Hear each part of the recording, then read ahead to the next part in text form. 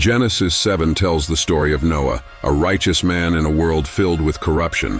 God warns Noah about a coming flood that will wipe out humanity. But Noah, following divine instructions, builds an ark to save himself, his family, and pairs of every animal species. The flood lasts 40 days and nights, and the waters cover the earth, eradicating all life except those in the ark.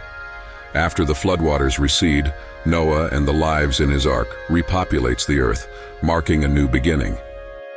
Now let's zoom out and think about some of the implications of this story.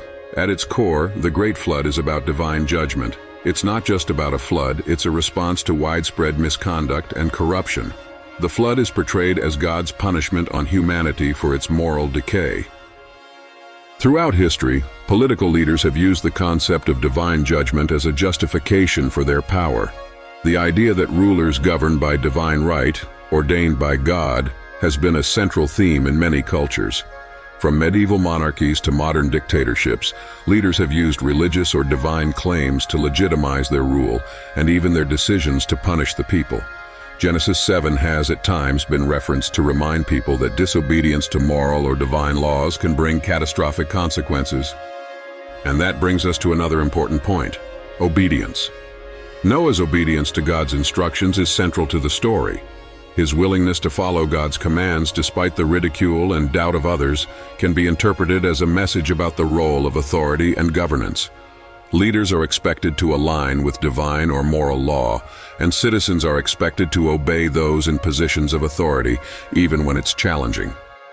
In Genesis 7, we see that survival depends on following a plan, just as societies today depend on governments to provide the resources and structures that help people survive and rebuild after disasters. Let's take this a step further. Think about Noah's Ark as a metaphor for modern governance during times of disaster. Just like Noah built the ark to protect his family and the animals, today's governments are expected to provide safety, relief, and infrastructure during natural disasters or crises. Governments around the world spend billions on disaster preparedness, from flood barriers to emergency response teams. The ark in this context is a symbol of the kind of foresight and proactive measures that societies need to protect citizens from catastrophes, whether that's a natural disaster, an economic crisis, or even a pandemic. In today's world, businesses and individuals are constantly dealing with risks: financial risk, natural disaster risk, and even political risk. So how does the story of the ark relate to risk management? The ark itself was Noah's form of risk management. It was his safeguard against an unpredictable, catastrophic event. Today, we use insurance policies, savings, and investments to protect ourselves from unforeseen losses. The story of Noah serves as a reminder that we need to plan for the worst and protect ourselves from potential financial ruin. This is where we also see the link to resource management. Building the ark wasn't just about gathering animals, it was about careful planning and resource allocation. Noah had to ensure there was enough food, space, and materials for everything to survive.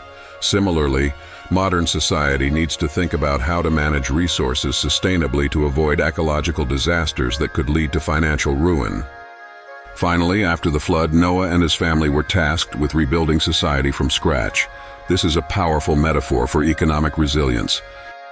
Just as Noah had to adapt and rebuild after the flood, societies today must be resilient in the face of economic challenges. Whether it's a recession, a market crash, or a global crisis, the ability to adapt, plan, and rebuild is key to long-term survival and prosperity. In this way, the flood story is not just about destruction, it's about renewal. It's about survival through tough times and the opportunity to rebuild, reevaluate, and create something better. So, whether you're thinking about divine judgment, the role of government in crisis, or the importance of planning for the future, Genesis 7 offers powerful lessons that extend far beyond the biblical text.